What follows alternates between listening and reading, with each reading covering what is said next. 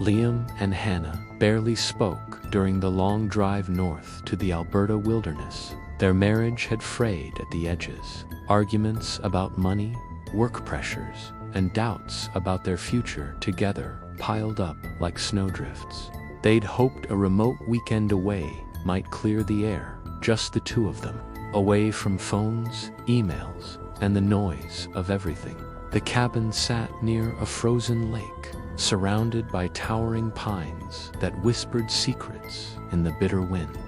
It looked like something out of a postcard: weathered wood, smoke curling from the chimney, windows fogged with frost. The solitude was absolute. Mr. Kearns, the old owner, met them at the road. His face was sharp, weathered like driftwood, and his eyes held a strange gravity. Handing over the keys, he leaned closer. "There's just one thing," he said, voice low. "If you hear knocking after dark, don't open the door, no matter who it sounds like, even if it's me." They chuckled nervously, chalking it up to an old man's superstition. Probably a way to keep trespassers away. The first day passed in an uneasy calm. Liam and Hannah walked the frozen shore, drinking steaming coffee by the fire, trying to reconnect. But the mountain silence settled heavy around them, thick with something unseen. That night, the wind screamed like a wild animal outside the frost-covered glass. Around midnight, a sharp knocking cut through the howl. 3 steady taps, deliberate and slow. Hannah's breath caught. "Maybe it's him," she whispered. Liam peered through the frost-rimed window. Nothing but swirling snow under the weak porch light. No one. The knocking stopped, but the unease lingered like a shadow in the room. The next night brought an even colder wind. Around the same time, the knocking returned, this time slower, heavier. A voice followed, soft but urgent. "It's cold out here. Let me in." The voice was unmistakable, the old man's voice. Hannah moved toward the door, but Liam grabbed her wrist, voice tight. "He told us not to open." The voice grew more insistent. "Please, I left something inside." The doorknob rattled. The flames flickered and died, plunging the room into darkness.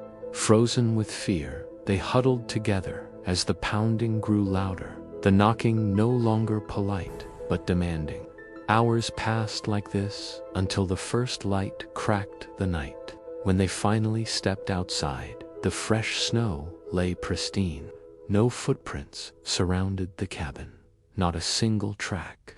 Driving away the next day, the silence between them was heavier than ever.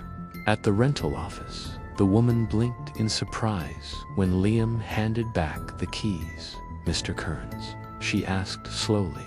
"He passed away last winter, long before you arrived." Liam and Hannah exchanged a glance. Neither said a word. That night, back in their city apartment, as they unpacked in uneasy silence, there came a faint, unmistakable sound. 3 knocks on their door.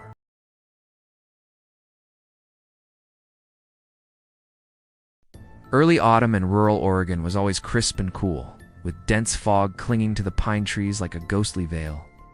Mason, a new hire at the local lumber mill, adjusted his jacket nervously as dusk deepened. The forest edge loomed ahead, dark, dense, and silent, except for the occasional rustling of leaves in the wind. This was supposed to be a harmless rite of passage, a classic prank the longtime workers played on newcomers. Mason had grown up in the city, thousands of miles from forests that whispered secrets at night. When his coworkers invited him on the snipe hunt, he smiled politely. They described it as an old tradition, hunting a mythical bird called a snipe, using only a burlap sack and a flashlight. Mason laughed, thinking it was a silly joke, something to break the ice. Friday night, twilight dissolved into a thick fog that blanketed the forest floor, muting colors and swallowing sound. The air tasted of pine needles and damp earth, rich and alive. Mason shifted nervously as his coworkers parked their truck at the trailhead and handed him the burlap sack. "Just wait here and hold this," they said with grins. "We'll flush the snipes out, and you catch them before they fly away." Mason nodded, shining his flashlight into the encroaching darkness. His heart pounded, partly from excitement, partly from nerves. The group circled deeper into the trees and disappeared from sight. Minutes ticked by. Mason's flashlight flickered unsettlingly, the beams swallowing the shape of enormous trunks and underbrush. The forest seemed to close in around him like a living thing, called out, his voice breaking the eerie stillness. "Hey guys, where are you?" Only silence answered. The crunch of leaves and snapping twigs echoed somewhere behind him, too random to be footsteps, but close enough to make his skin prickle. He laughed nervously. "Very funny, guys," he muttered. Time stretched. Shadows lengthened. The fog thickened, hugging the trees and blotting out the stars. Mason's flashlight dimmed again, then blinked weakly. He swallowed hard and started walking toward where he thought the trailhead should be. Every tree looked identical. Every shadow seemed to twist into something alive. Then out of the corner of his eye, something moved. Between two towering pines stood a figure, all impossibly thin, unnervingly still. Near its head twitched something, a strange movement, like antennae or tendrils. Mason froze, his breath caught. "Hello?" he called, cautiously hopeful it was a prankster friend. The figure tilted its head slowly, then began moving in a way that was not quite walking. It glided, no sound except the soft rustle of needles brushing its body. Heart hammering, Mason broke into a run, branches scratching his face and clothes. Behind him, a heavy scraping noise rose, not footsteps, but something thick and rough dragging against bark. The forest seemed to breathe that sound, closing in. He burst through the trees to the truck's headlights, his coworkers cheering and laughing, telling him to hurry. But their laughter stopped cold the moment they saw his bloodied face and torn jacket. Then, for a fleeting second, they all noticed it. A shadow lingering just at the edge of the tree line. It's tall, slender, blending into the darkness like it was one with the forest. Then just like that, Tit vanished. The next morning, Mason didn't come to work. By noon, he had packed his things and left town without a word. His coworkers swore it was just a joke gone too far, but none of them ever dared return to that cursed part of the forest, because some hunts are never meant to be started.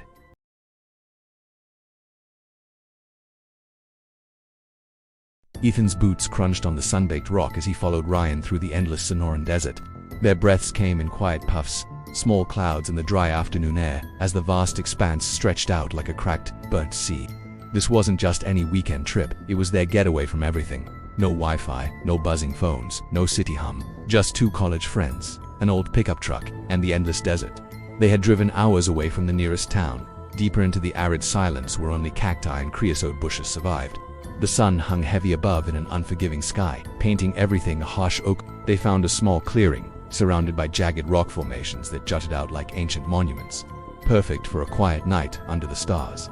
Ryan dropped the heavy pack, grinning wide. "You ready to disconnect, man?" No signal, no distractions. Ethan smiled, lighting the small campfire. The flames sputtered, their glow carving warm shapes on the rocky ground. The desert heat faded into a cool chill as evening fell, and the first stars blinked awake. "That was the plan," Ethan said, stretching his legs. "Just us and the wilderness." But the wilderness had its own plans. As twilight deepened, a strange sound began to drift through the canyon walls, a high-pitched whistling. At first, it was just a faint, barely noticeable tune, like someone casually whistling a melody far away. Ethan cocked his head. "Did you hear that?" he asked Ryan. Ryan nodded, his eyes scanning the shadowed rocks. "Probably some weird desert bird. You know, one of those mockingbirds or whatever." Ethan laughed. "Or a prankster hiker." But the whistling wasn't quite right. It didn't follow the random, scattered calls of a bird. It was rhythmic, rising and falling in a strange pattern, like a language trying to take shape. Curious, Ethan tried to hum along. The whistling seemed to mirror his tune, almost like echoing him back. They joked about it for a little while, sitting by the fire, trying to pick out the melody. But as darkness cloaked the canyon, the whistling didn't fade. Instead, it grew louder, clearer, and closer. "We should check it out," Ryan said, voice low. His smile was gone now, replaced by a tension Ethan hadn't seen before. "No way," Ethan replied firmly. "It doesn't feel right." The silence that followed was thick, heavy enough to swallow their words. Then a faint metallic Thames hit Ethan's nose, like a mixture of rust, and blood. The dry desert wind carried the scent briefly, disappearing as quickly as it came. The whistling stopped. Ryan's eyes flicked toward the darkness beyond the firelight. Let's just keep an ear out.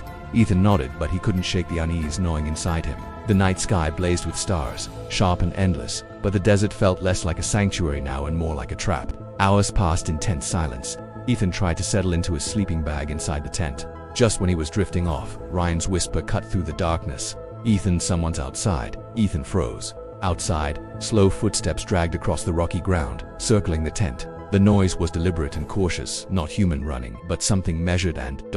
wrong. A thin shadow moved against the thin tent fabric. Tall, angular, nothing like any man. Limbs stretched at odd angles, fingers long and twitching, then piercing the quiet. The whistling, cold and impossibly close.